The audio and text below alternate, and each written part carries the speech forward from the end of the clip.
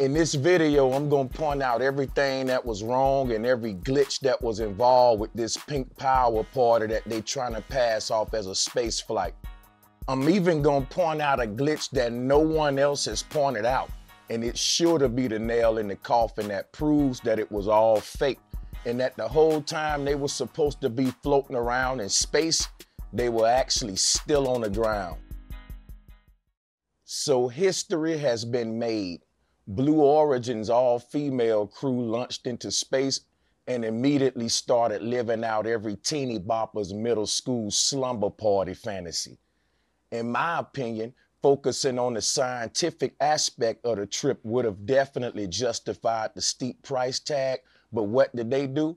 They basically spent their time playing with plush toys, posting on social media, smelling flowers, flipping around and doing pull-ups. Honestly, this felt less like a space capsule and more like a bounce house. Faking space is hard work, and that's why we can find so many flaws and glitches. Somebody that was in the capsule opened the door, opened the hatch from inside the capsule, y'all. And plus these actors, astronauts, they only had 2 days of training to get their act right. So instead of giving us zero gravity vibes, they gave us cheap inflatable castle rental for a 5-year-old's birthday party vibes. Who goes to space for the first time in their life and barely look out the window? When there are people who take commercial airplane flights that are hours long and they stare out the window the whole time. These chicks went to space for 3 minutes and barely looked out the window for 30 seconds. And they spent most of their time singing songs, playing patty cake and dollhouse. And if you didn't see it, it went a little something like this. Now let's get serious and debunk this thing once and for all. There are 3 points that I'm gonna point out, and I'm gonna go ahead and start with the first one, which is basically, we gotta talk numbers. We gotta talk speed and how speed affects the human body. Billy Elliott was a NASCAR racer who broke a record in 1987 for a speed of 212 miles per hour. When he was turning corners, his body felt 2 to 3 times heavier than normal. So if Billy weighed 160 pounds, when he was turning those corners, he weighed 480 pounds. This puts tremendous strain on the neck, the chest, the core, and the arms. And this is why NASCAR drivers actually train their necks all the time to be able to go through this kind of stuff. And they ain't the only ones. Fighter pilots do it too. Yes, they literally train their necks for this. The highest speed ever recorded on land in an automobile was 763 miles per hour. This record was set by Thrust SSC on October 15, 1997 in the Black Rock Desert in Nevada. And it was done in their Thrust supersonic car, and they actually broke the sound barrier. But what we gotta talk about is how breaking the sound barrier affects the human body. So the pilot's name was Andy Green. So I'm sure that Andy Green would agree with me that breaking the sound barrier puts immense physical and psychological stress on the driver's body. And Andy would have experienced around 2 to 3 Gs. Let's talk about the vibrations and the shock waves. At supersonic speeds, shock waves form around the car, and shock waves are basically very violent vibrations. So Green would have experienced continuous high-frequency shaking. Experiencing these shock waves and continuous high-frequency and shaking, especially when the car is approaching the sound barrier, it can cause disorientation and even temporary vision issues if the body isn't prepared. But keep in mind, Andy Green had a military background. He was a pilot in the military. The amount of sensory overload when you go through something like this would be crazy. The noise inside the cockpit would be very extreme. These kind of conditions are normally exclusive to a very small percentage of people in the world. And pilots like Andy are trained to undergo these kind of vibrations, pressure changes, and psychological stress. And we're talking 763 miles per hour. Keep this number in mind. I gotta remind you guys that there are only a small, very small percentage of people in our world who are pilots and race car drivers. And these people train all the time intensely so that their bodies can go through this kind of stuff. You gotta ask yourself, for example, a woman that's built like Gayle King, does she fit the criteria to undergo what I just read? Because people like Andy Green train all the time, and his record was 763 miles per hour. Guess how fast the Blue Origin Shepherd was going? 2,300 miles per hour. So if that was on the ground, these chicks would have broken Andy Green's record and they would have quadrupled his numbers, people. 763 miles per hour. We're talking speeds that only 1 to 3% of the entire Earth population ever experience in their lifetime. And they train for it all the time. And you telling me that these women can withstand 2,300 miles per hour? The women aboard the Shepherd would have experienced around 3 to 4 G's. Now keep in mind, Andy Green, the world's fastest man, experienced 2 to 3 G's. So these women, their bodies must be more fit and more athletic than Andy Green's body, who has an ex-military background and trained for this stuff all the time. And they only train for 2 days. And according to my research, the training only consisted of them learning how to unbuckle and buckle their seatbelts. So let's do a little bit of math so we can get this all in perspective. The whole flight lasted about 10 to 11 minutes. And the moment they launched off, they was in the air 2 to 3 minutes before they went into 0 G and weightlessness and all of that. Within that 2 to 3 minutes, it took them 30 seconds to get to their max speed, which is 2,300 miles per hour.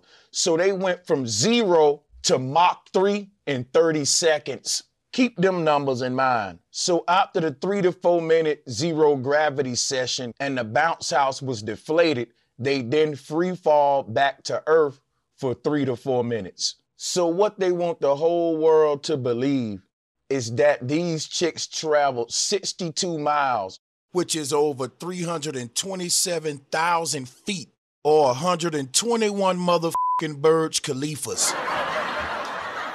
62 miles is the distance in between New York City to Trenton, New Jersey. Imagine doing that 1 hour drive in 2 minutes. In order to make that happen, you would have to travel at the speed of a bullet, which is literally what they say that the Blue Origin Shepherd is traveling at. So let's talk about bullet speed. So the average rifle bullet can reach a muzzle velocity up to 2,700 miles per hour. The Blue Origin Shepherd speed is 2,300 miles per hour.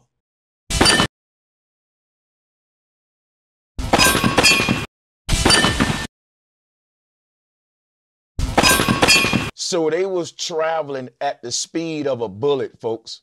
So before we get into the science of why no one could possibly survive a ride on a bullet, let's talk about the idiotic science of a human body going from 0 to Mach 3 in 30 seconds. Keep in mind that the fastest man on land experiences 2 to 3 G's, and that the Blue Shepherd's crew experienced 3 to 4 G's.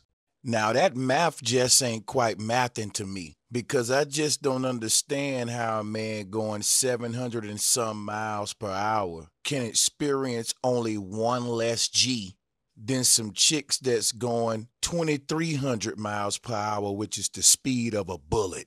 Of course, at 1 G, that's your normal body weight, you feel nothing. When you feel double your body weight, which is 2 G's times your body weight by every G, So at 2 G's, you start breathing very hard when you're 2 times your body weight. When you're 3 times your body weight, you are experiencing very, very heavy breathing, and your blood starts to pool downward. At 3.5 G's, you struggle to breathe normally, and tunnel vision might even start. At 4 to 5 G's, you will black out if you don't have special gear. Now, they supposedly experience 4 G's.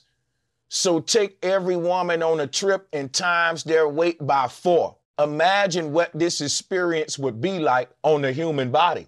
Put it this way, the moment they would have made it to 0 G, they wouldn't have got out of their seats ready to party and play games. Trust me, if everyone just experienced the physical conditions that I just read, with having breathing difficulties, near tunnel vision, almost at the verge of blacking out, no one is gonna unbuckle their seatbelt and start flipping around, singing songs and playing games after this kind of experience. Even Andy Green, after he broke his record for over 700 miles per hour, he said that his body was very strained mentally and physically. The man had to recuperate. And he was only doing 700 plus miles per hour. I said only like that's slow. But yeah, Andy was doing 700 plus miles per hour, and that's the way he said his body felt. These chicks was doing 2,300 miles per hour, and when they was done, they felt like playing games, doing flips and singing songs. Not under these kind of conditions. So under these kind of conditions, it's really pushing the body to the very extreme. And the last thing you're thinking on the way back down is, let's sing What a Wonderful World. And that's probably why we don't have none of that on camera. I think I'm gonna sing. I'm gonna sing a little bit. I gotta sing in space. Indeed, Gayle revealed in a post-flight interview that the pop superstar made good on her promise and belted the Louis Armstrong classic What a Wonderful World as they floated above the earth. The best part was when we got back in our seats after 0 G's, Katy sang What a Wonderful World. She did? Isn't that nice? Oh, come on. She sang What a Wonderful World. I see dreams. Oh, yes.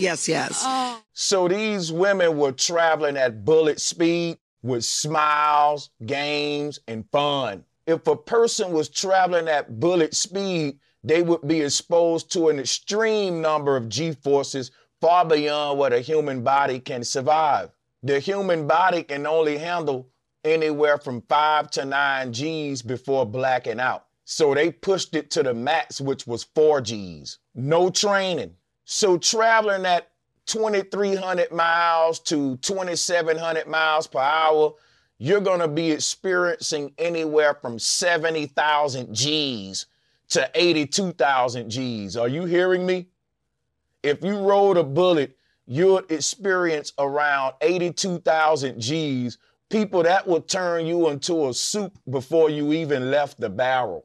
So if a bullet travels at 2,600 miles per hour, 2,700 miles per hour, and they was traveling at 2,300 miles per hour, there's no way they could withstand those kind of speeds. It's just impossible when you understand how these kind of speeds would affect the body.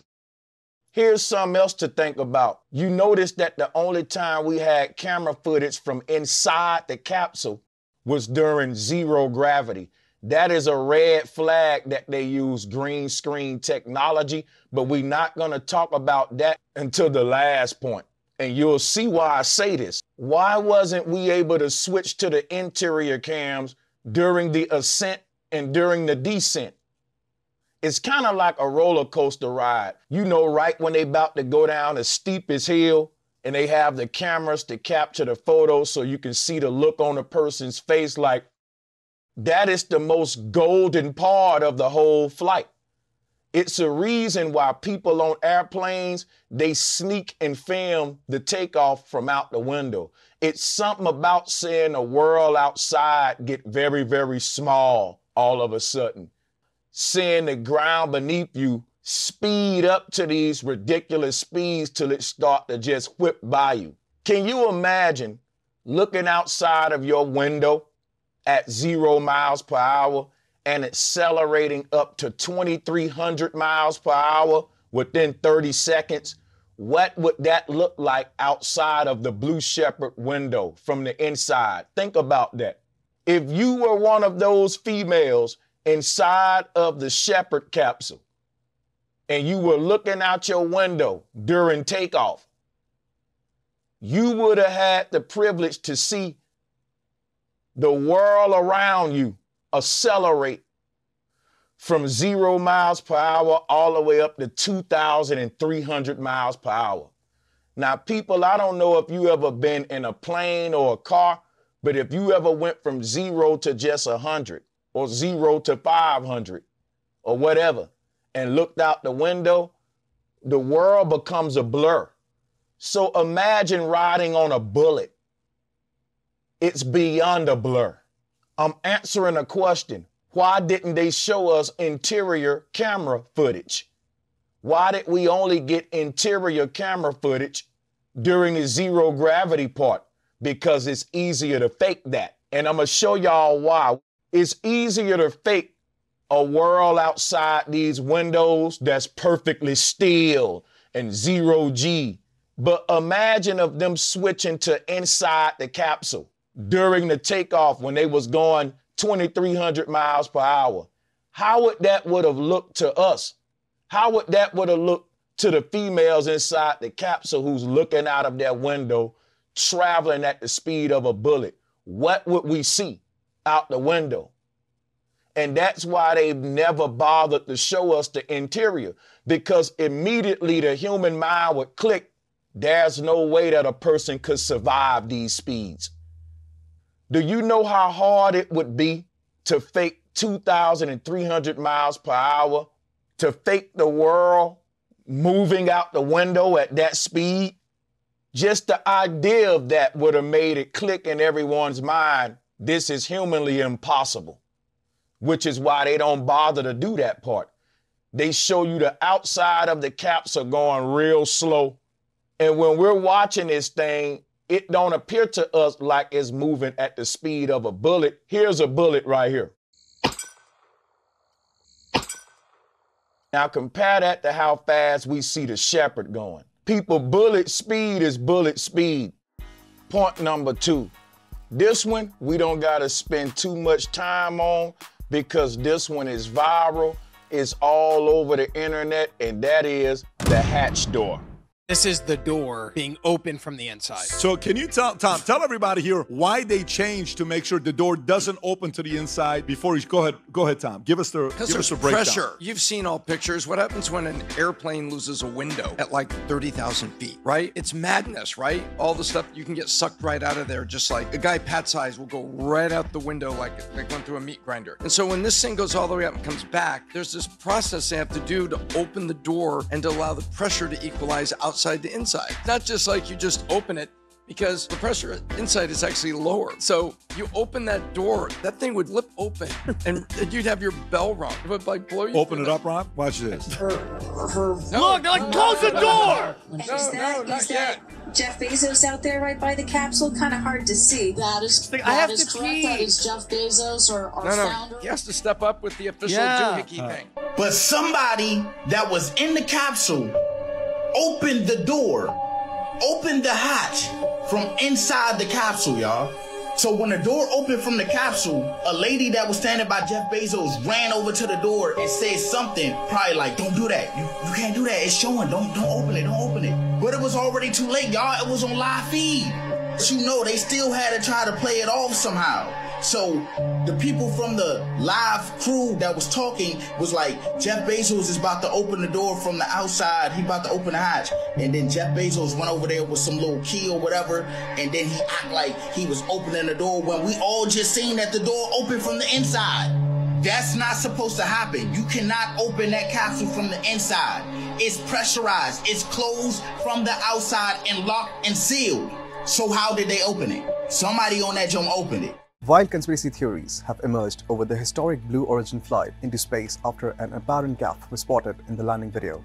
Footage captured the space shuttle making a soft landing back on Earth after the mission. However, Viewers spotted a bizarre moment in the clip that sparked a slew of conspiracy theories that slammed the mission was fake. In the video, Jeff Bezos is seen wrenching open the hatch from outside to let the crew out of the craft. However, footage from just minutes earlier clearly showed the capsule door being opened from the inside. Dozens of skeptics seized on the moment to claim the entire operation was staged. What fueled the suspicions even more is the fact that the doors were seen opening inwards, unlike most spacecraft with pressurized cabins. Typical spacecraft have doors that open outwards and require a team of technicians working from the outside to unlock them, especially after a trip to space. And for some viewers, the capsule simply looked way too clean for a space mission. Now, in my opinion, they all fake space, but Jeff Bezos got a little bit too comfortable here, and he didn't fake it enough. He got sloppy with it, and having this cast of characters for your all-female crew don't help it at all. So I want you to consider the fitness level of the women involved and think about what I'm about to tell you right now.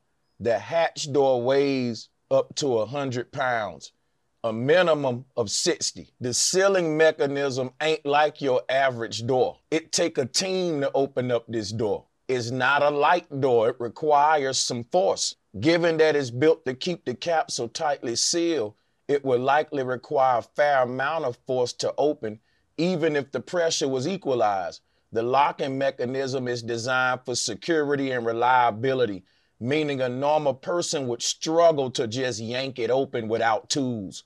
Keep this in mind when you consider how they just pushed the door open with one finger almost. Hypothetically, if you wanted to force the hatch open, one person might be able to break the seal with a lot of strength, but it would take significant effort. The latching mechanism is mechanical, so it's more than just brute strength to break the seal.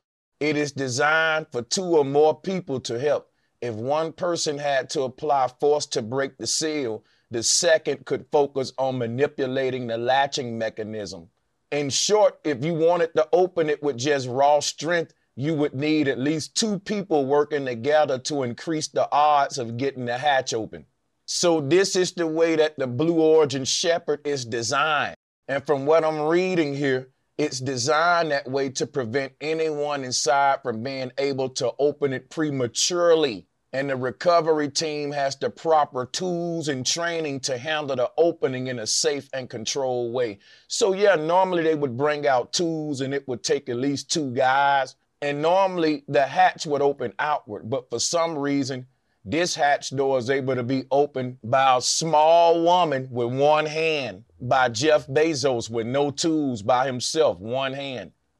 It says here you would need at least 2 people, and it would still be difficult without proper tools or knowledge of the mechanism. It goes on to say, for safety and security, don't try this. It's designed for the recovery crew to do it in a controlled manner, ensuring no one gets hurt or exposed to dangerous conditions after landing.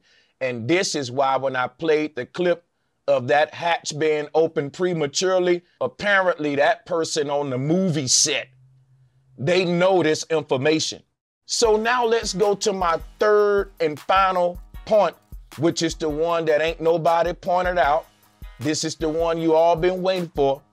And it's gonna go into what I was saying about it was all a movie set. But how can I prove that? Let's go. And it all has everything to do with this weird video that Katy Perry made before the takeoff. And for some reason, she wanted everyone to see the practice room or the practice capsule. But when she did that, she exposed everything. What did she show that exposed it all? Let's play the video so you can see. Ahead of liftoff, Katy gave her Instagram followers a tour of the capsule the crew had been training in. The fireworks singer showed off her seat and teased that she might hit a few high notes during flight. So now I'm gonna slow this down, mute it, and we're gonna show you why this exposes everything. Let's break it down. So when they were showing the practice capsule, or the so-called practice room, mind you now, only thing they did to practice was learn how to unbuckle and buckle back in.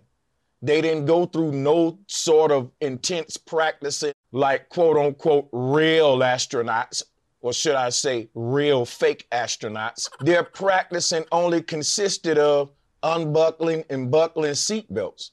Why would you need an entire room, an entire separate capsule for that? The part that really gives all of this away, you can see where the windows would be if we're looking through the windows of this capsule. This entire capsule is in some practice room, and you can see a table in the background, like a trash can. And if you have any doubt that we're looking at a room, you can see a fire extinguisher, a light switch, and what appears to be right here, people, a green screen stand. Now, people, there's no reason at all that that would be there. There's no reason at all that this stand would be here. I think that this room is where they filmed this entire fake event from, and they were still on the ground the whole time. All you gotta do is go on the outside of this capsule where we see the room at and wrap this entire thing in a big green screen. In reality, everybody's just looking out their window at green. We're seeing space outside the window. But in reality, the only thing outside that window is green. And they are able to make them even be underwater if they want them to be. Jeff Bezos got his own green screen technology, by the way. This is very easy to fake. And more support for this is what I said earlier. They did not show us the inside of the capsule during takeoff and descent, because it would have been hard to fake that out of that window with green screen, because you got to make the world outside speed up and go from 0 miles per hour to 2,300 miles per hour, which is the speed of a bullet roughly. And that'll just be laughable, watching the world outside transition in between those speeds from out of this window and still believing that someone could actually survive that. So that's why they didn't show us, because during the ascension, everybody would have been weighing 4 times their body weight during the max speed. And what that would have done to a person's body, there's no way that after going through these physical conditions, you would have reached the apogee and you would have been feeling like having fun, playing with dolls, singing songs. Your body would be seeking recovery after something like that. I mean, after all you did was shoot up over 300,000 feet into the air at the speed of a bullet. Of course, after a trip like that, you're going to be ready to float around and play with flowers and plushies. So you know what I think, people? I think this video exposed the truth. And the truth is that this is not the practice room. This is the set, the filming set. And again, that's why we couldn't get video footage from the interior of the capsule during ascent and descent. That's hard to fake outside of those windows. But what's very easy to fake is just a still, calm picture of space outside those windows. And that's what we get. That's the only time we ever get interior footage, which don't make sense because you got cameras on the inside that are rolling. Why can't we get the most important footage, which is seeing their faces when they taking off and going at the speed of a bullet? I'm sure we all would like to see that.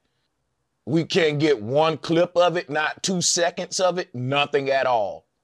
All they had to do was show y'all a rocket going up into the sky and then flip to this room when they ready to cut to the 3-minute 0G part. But I think that the outside of this capsule is covered in green screen, and that they can make outside of that window be whatever they want it to be. And of course, all you gotta do to fake this is with harnesses and stuff. Because if you look at Gayle King, how she's holding on to that thing, she's holding on it for dear life. Just watch her body language. It's very weird, and her mouth and face expressions gives it away. I'm gonna let the video play a little more. Just watch when it cuts to Gayle King here. Just focus on her. She'll show you the nervousness in her face. And that's when you're hooked to harnesses. It's a weird feeling.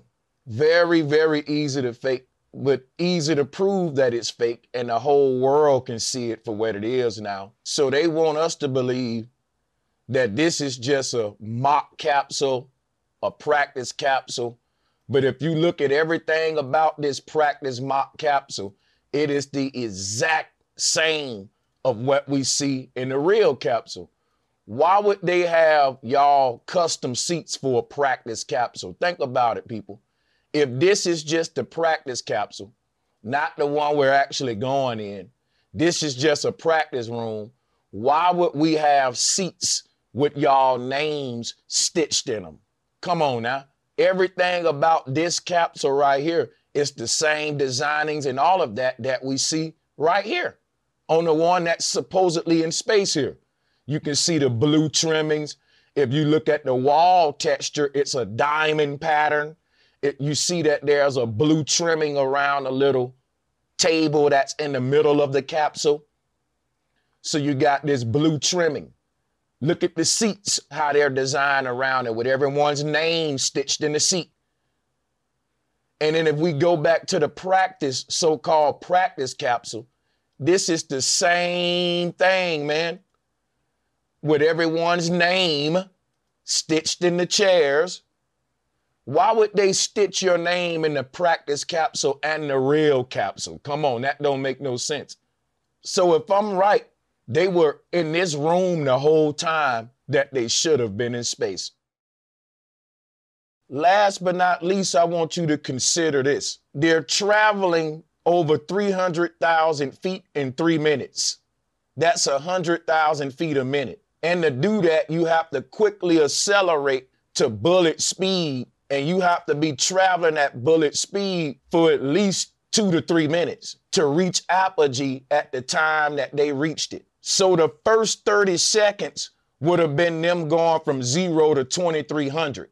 And then after that 30 seconds, they would have spent the next 2.5 to 3.5 minutes traveling at bullet speed to over 300,000 feet. Then after that 3 minutes, they would have stopped for 3-4 minutes, long enough for everybody to do the Tootsie Roll, the Cha-Cha Slide, bring out the snacks, the toys. I've been waiting to eat this shit. Pass me them Legos, bitch. We in space, unbuckle me. So after 4 minutes of the bounce house, then they drop back down at bullet speed again for 3 minutes. People will believe anything. Wrap your head around what I just said.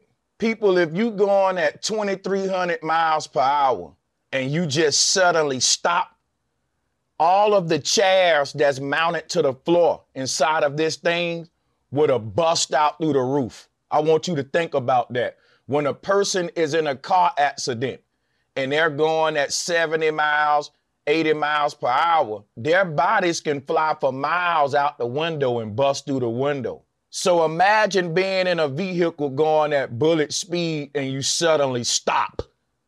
You think those chairs would stay mounted to the ground?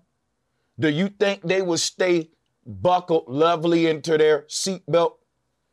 Because a lot of y'all thinking there's this magical line where they reach called space, and once they get there, people just get to float around. But no, they never really made it to the part of space that allow you to just free float. They never escaped Earth's atmosphere technically. They only went to the Kármán line. And in my next video, I'm gonna break down what the Kármán line is and why many of you don't know where space is. Thank y'all for watching. See y'all on the next one. Peace and much love.